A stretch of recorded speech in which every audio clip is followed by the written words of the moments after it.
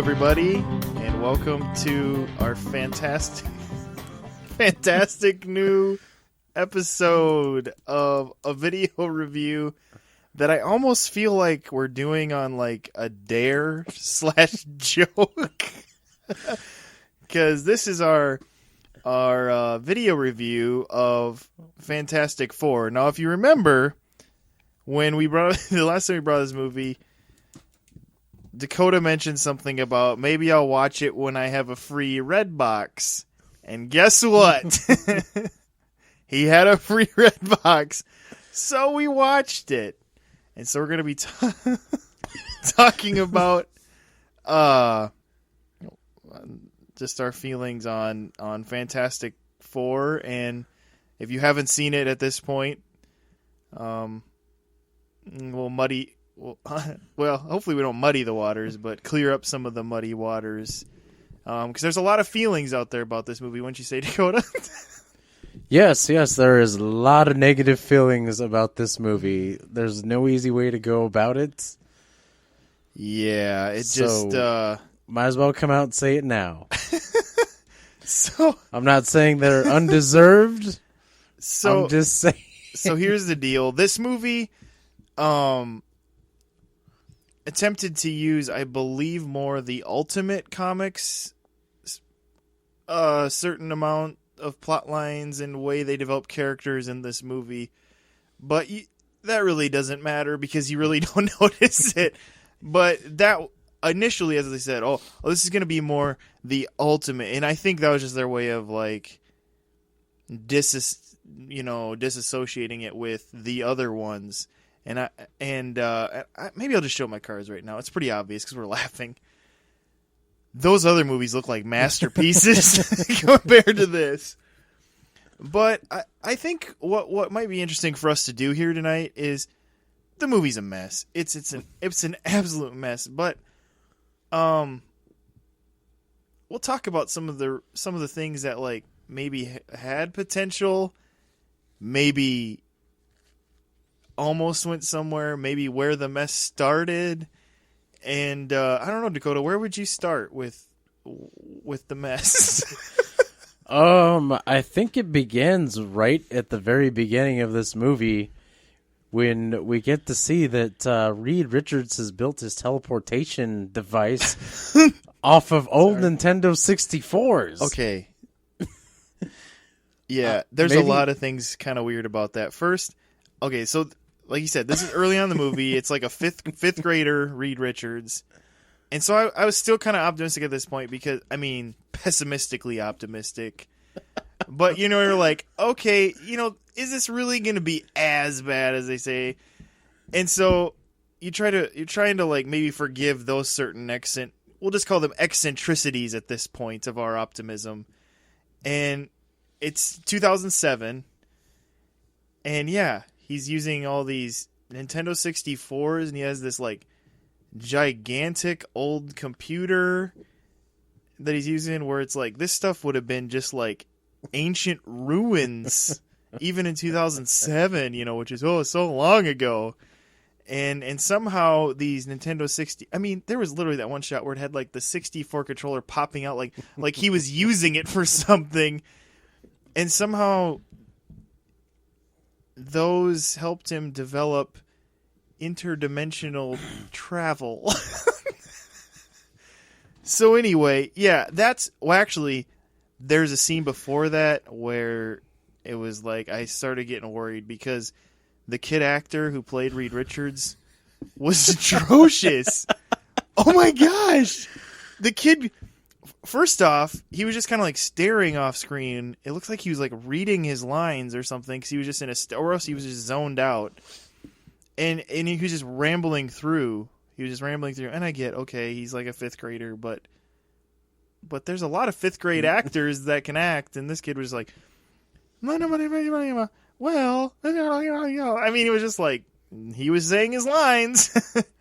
And so, yeah, that whole flashback was just, that was a mess. So you think to yourself, okay, that was a flashback. Here we go. We'll cut to the next thing. Maybe it'll be better.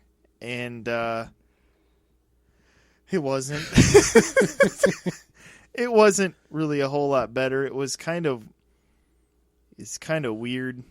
I don't know. The whole movie.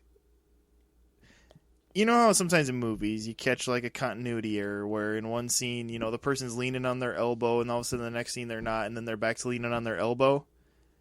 And you kind of catch it for that quick second. Maybe for that quick second you get distracted, but then you're back in the movie. This whole movie was like a continuity error where there were so many things in it that were distracting, from like hair being different and scars being out of place, scars moving, and it was just like, what in the world? I mean, and the thing is this movie did have reshoots, but almost every, I shouldn't say every, almost every, but, well, in a way I can, almost every major studio film does reshoots these days. Nearly all of them go back and redo something. Because there's something they realize, like, oh, we got all those big action set pieces we wanted, but it'd be nice to, come and have this little filler scene here. Could you come back and do some lines? Okay. And so it happens, but they were just noticeable in this movie. That Kate Mara was wearing a wig, and Miles Teller had a beard, and then his beard was gone, and then his beard was back. I mean, not like beard, but like scruff. And, it was just really distracting, and ended up being just really off-putting. And okay, so here we are. Where these are all like acting and continuity type things. But let's get to like the story and pacing. So Dakota, where are we at with the story and pacing of this movie? Oh, okay. Your understanding of story and pacing, as you would traditionally perceive it. Shakespeare set up the modern pacing and story, like how a story rolls. Okay, just take all that, throw it out the window. Throw it out the window. If you're gonna enjoy this movie, that's what you got to do. Because I don't know what they were trying to do here. Well, yeah, I was trying to figure that out too. Like it, because you could argue like some of those scenes were like character building scenes because it was like because nothing was going on, and sometimes when there's a scene where quote unquote nothing is going on, there's still something going on because it's like you're developing those characters, you're giving them things that end up fleshing them out to where later on when you have a scene that feels like it means something more, you're more invested in them. But I don't know. It was still kind of confusing. You weren't really attached. You didn't know why this person was. It was just like there's a scene where Ben's like, "Well, I've been here 2 minutes. I hate it. See you later." It was like, okay, and then all of a sudden later he comes back and we're supposed to care about him, and I mean it was just like, okay, and then how they got their powers was because they were drunk. And it doesn't make any sense how Sue even got her powers since she didn't go with them through the thing, but it was just a mess.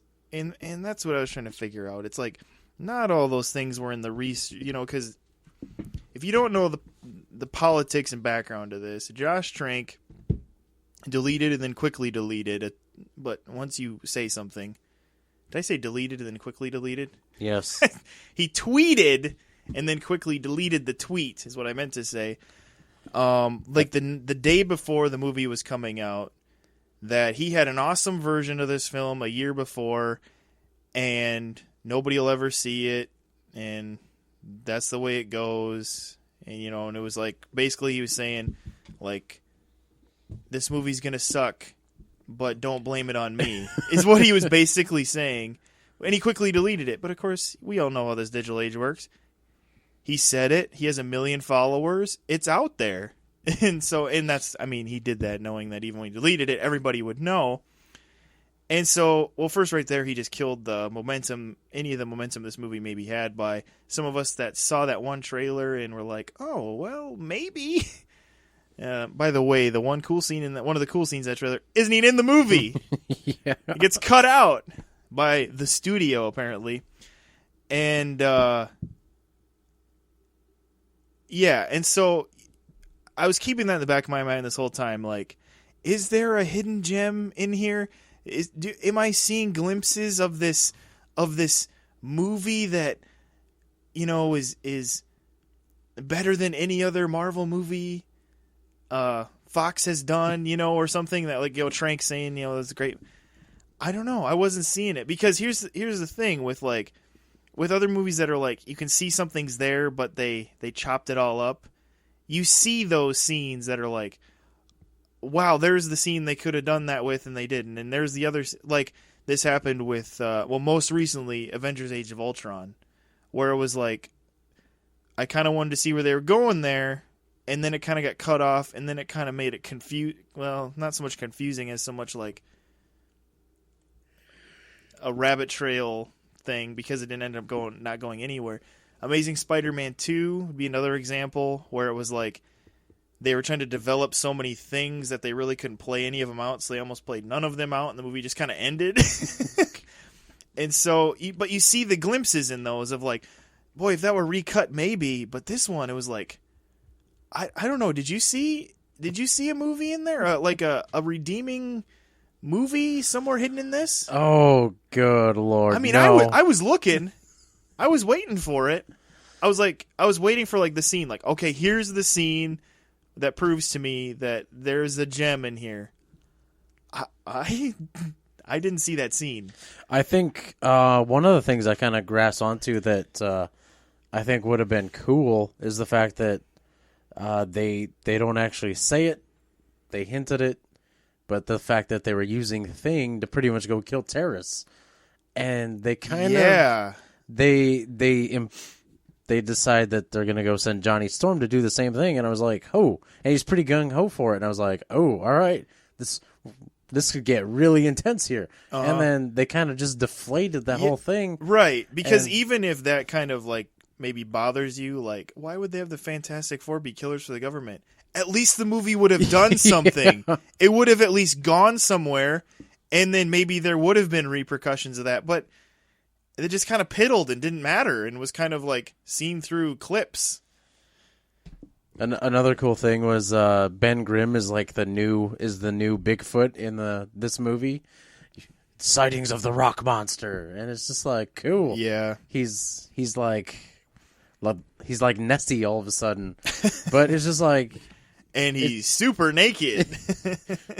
That also bothered me. Yeah, that was just kind of awkward. That it just felt.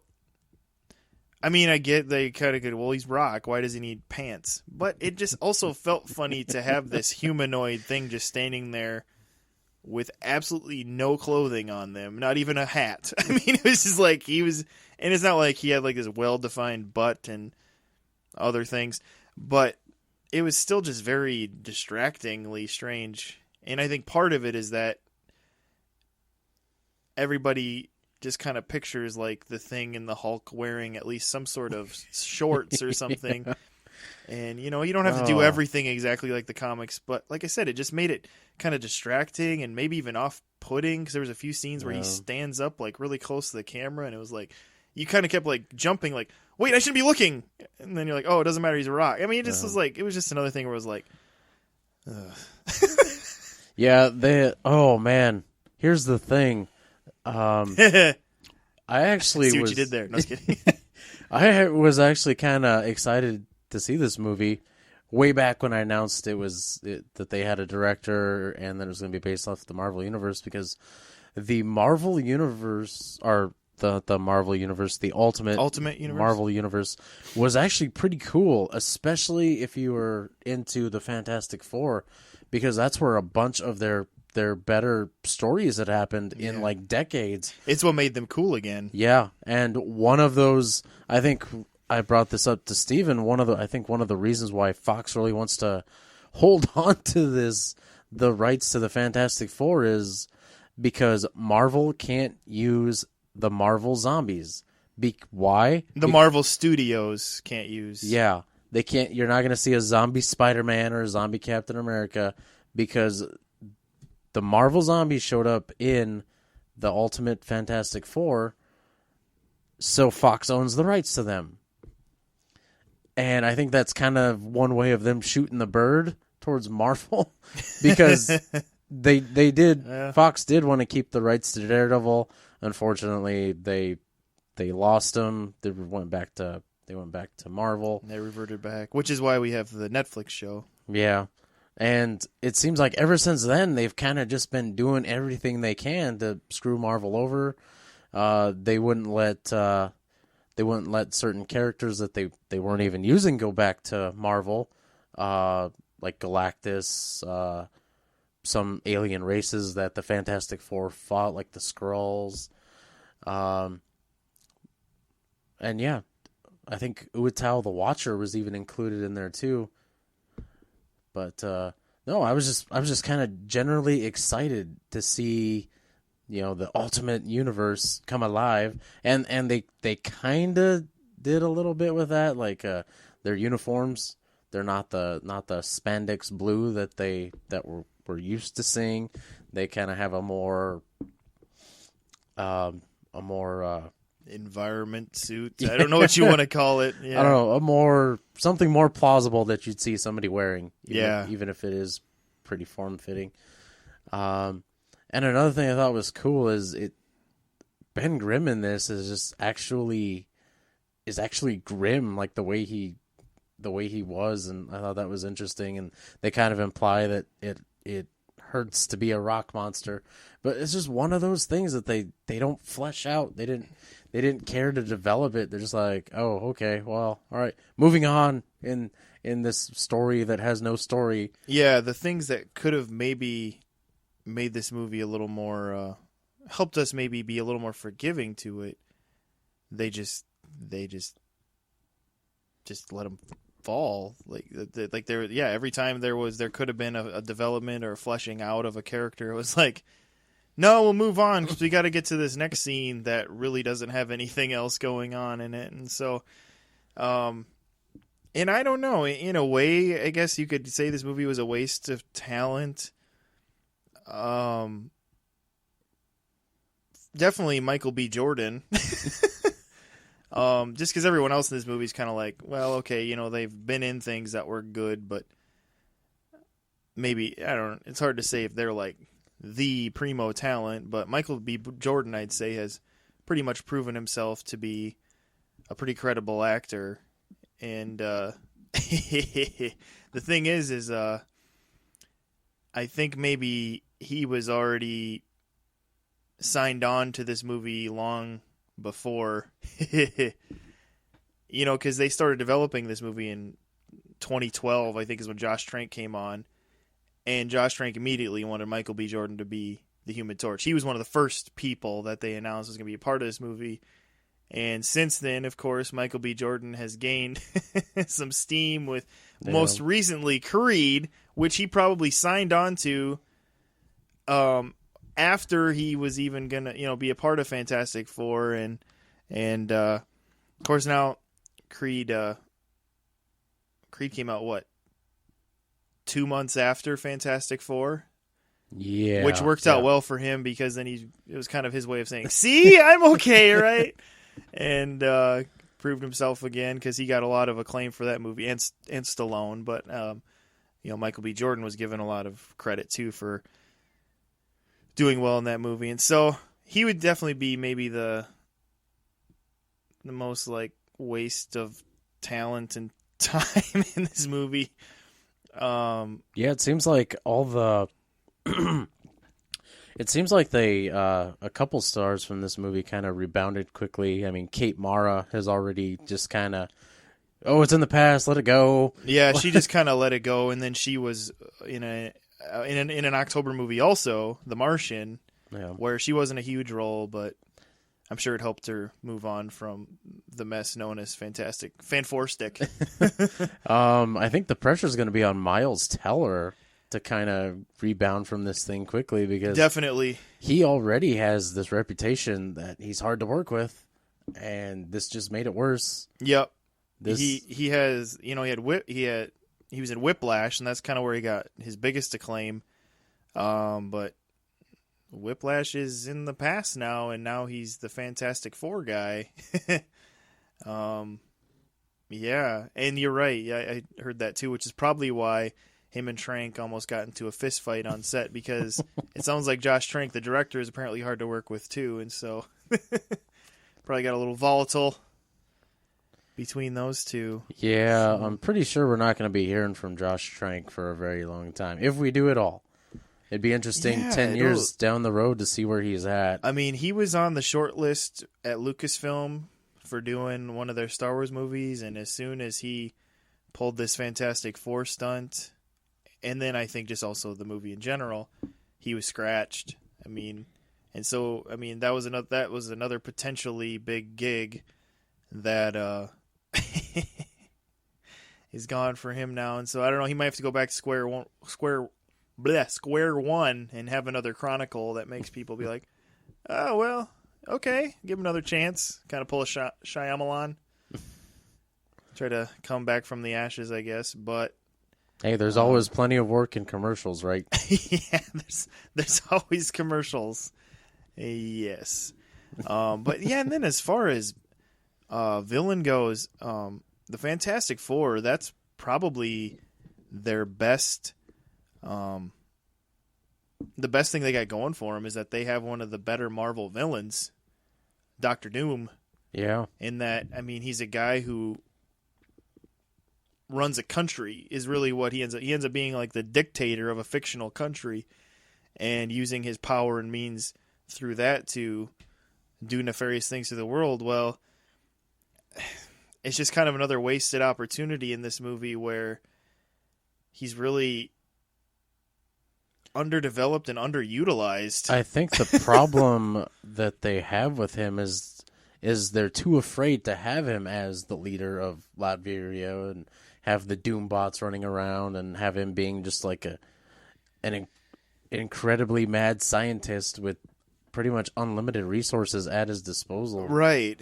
And and I think that's the deal when they work so hard to make these movies seem all grounded and gritty and reality, and it's like you can't really have Doctor Doom be Doctor Doom because of that. And so what do? They water him down into a keep to himself computer programmer. Yeah, that's kind of like trying to make a Superman movie where Superman doesn't fly.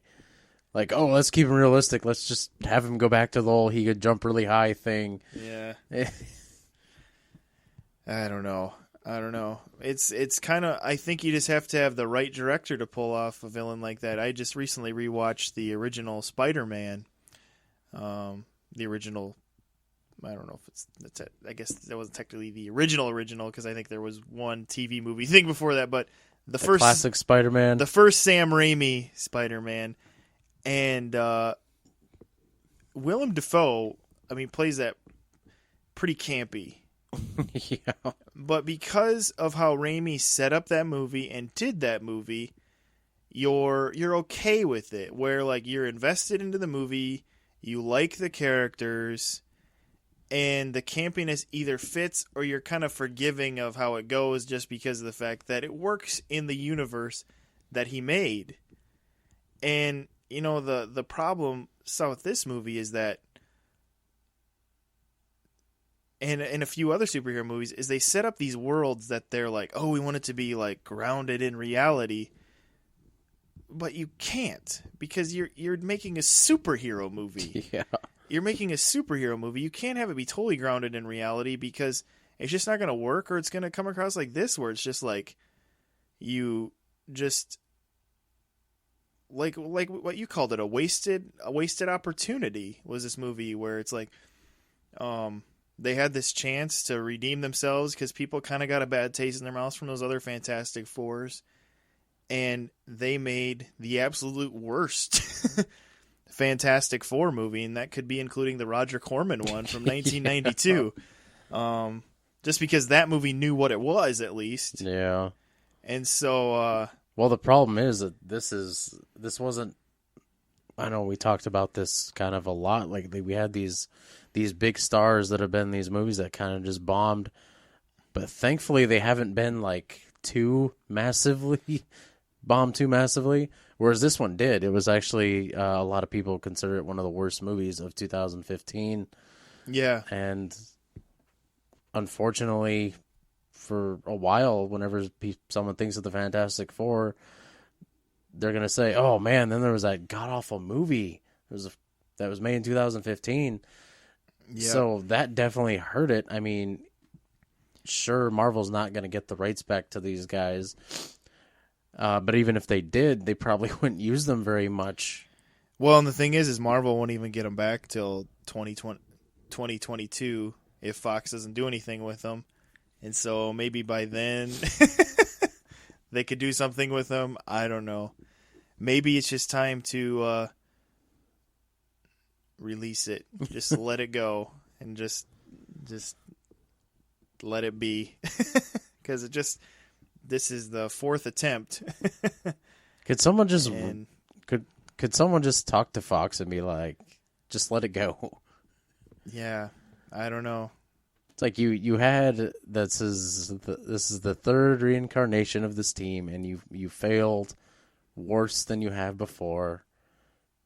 Maybe just let it go to a studio that'll do a better job. You still have the X-Men, and that's what you're good at. So just do X-Men. Yeah, that's what they've been having their success with, and possibly Deadpool now in the next. And the thing about few weeks, unfortunately, the thing about the X-Men movie is we even had a few crap ones of those. Mm-hmm. Yeah, which is why we had the universe wiping away that happened in Days of Future Past, right? Because that completely destroyed what happened in X-Men Origins Wolverine, and the third X-Men movie. And X-Men 3 was messy.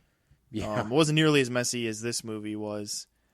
That just suffered from just I think bad storytelling. Yeah, but in X-Men Origins Wolverine wasn't a good movie, but at least it was forgivable. Like it had moments that worked. They were few and far between, and they were, I don't know, they were trying. I mean, this movie didn't even feel like they were trying. It ended up just coming together really sloppy and lazy. And it was just funny because at the end of this movie, instead of having like an after credit sequence, just said, "This film helps support 15,000 jobs," and it's like, oh. Well, there's one thing good about it, I guess. It gave people jobs because it didn't do much else. There you go. They helped stimulate the economy for one brief moment. Well, and then the movie bombed, and then I don't know if that helps anybody. So I don't know. So anyway, wouldn't that be crazy if Fox just decided to gather up all these DVDs and Blu-rays and buried them in the desert 20 years from now? All of a sudden, somebody goes out and tries to find them, and they'll make a documentary about it. Yeah, and then someone will try to forgive this movie, and then they'll watch it and realize just how horrible it is. And the game burying though with Atari had nothing to do with the game being necessarily bad, though. This one should just be buried and forgotten and left forgotten because it's just bad. Yes, there's worse movies, but yikes. This one was pretty rough. So I think with that we'll wrap up this video review. There's not much else to say except I would avoid because we both kind of said, well, maybe this will be so bad it'll be funny, but it just kind of it stays right in that area of just unsettlingly bad. You don't really get much relief in any sort of way. Yeah, every so often there's a movie so bad it's just good. Like you kind of just can't help but laughing at it.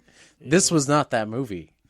And under no circumstances you could, I don't know, will this ever be that movie?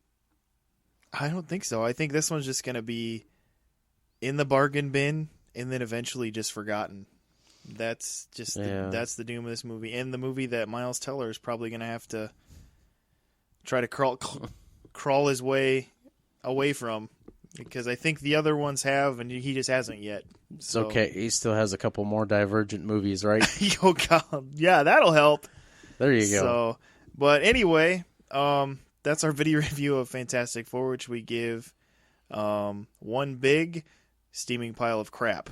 So it's on you now. We've warned you. And so with that, just remember to subscribe to us if you haven't on iTunes. or YouTube or whatever way you listen to us. Most of those ways have some sort of subscribe way or to get on email lists. So I hope you're doing that. Also, remember to rate and review us, whether it's our podcast in general or rate our episodes. Give a thumbs up if you're listening on YouTube, or a thumbs down. But hopefully it's a thumbs up. We like the thumbs up. So hopefully you're doing that. And then also, we're on Facebook. We like to throw on news updates and anything going on with our show we do. So hopefully you're doing those things for us, because we appreciate it. And we thank you for listening to this episode and for hanging with us through this interesting review of the Fantastic Four. So I think with that, we'll close out here. So this is Steven. And this is Dakota. Have a fantastic evening.